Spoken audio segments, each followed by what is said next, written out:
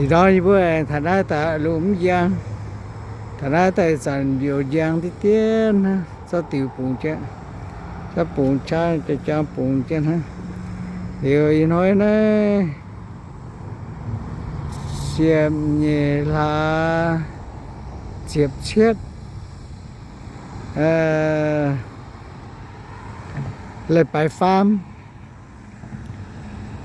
như bữa gì ta gì nó phát giang lên ta vừa lại nhiều mà cả nó cần chứ ta mà câu mà cả nó đâu mà mai chào hồ như phải hay là tu hà nó lại xin ô luôn ya ốp có đấy mà cả lại xin cần chứ ta mang ô thôi chưa sẽ phú ô hay on như lại xin như này chú nó chào hồ lên thế là chú nó mới làm thợ xìa nó mới lọ và luôn cho cha biểu giang luôn kẹt tiền ra lại gì luôn giang tại luôn you clear right now you can see anything you can see but it's a little bit foggy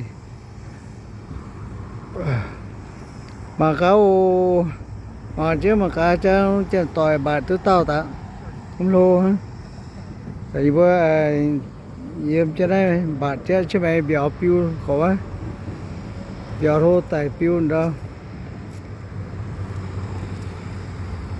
và vẫn còn nhận tiêu cá nhân ta mang ô lại xin ô một tôi thank you you come watching follow me thank you mà cá mà ôm cơ thế này chết mong hiện xìa mong lên hiện làm hiện mô là và mồ ôm nha mà không quạt về đâu là xin ô là xin cái ta mà là xin sám ô thôi chưa sẽ phú ô yeah this a little bit foggy come check out this December 17th we come to fishing in Los Alamos Lake under the bridge right here. Sometimes people get it, sometimes not, but my friend he get one small one. Let them go right there. Thank you. Thank you, you are coming watching. Okay, thank you. God bless you. You are. Tỏi này tu tao ta lô á. Hả? Lại thóc gì? Nè tu tao ta lô nè. Oh, look nice. Yeah. It look like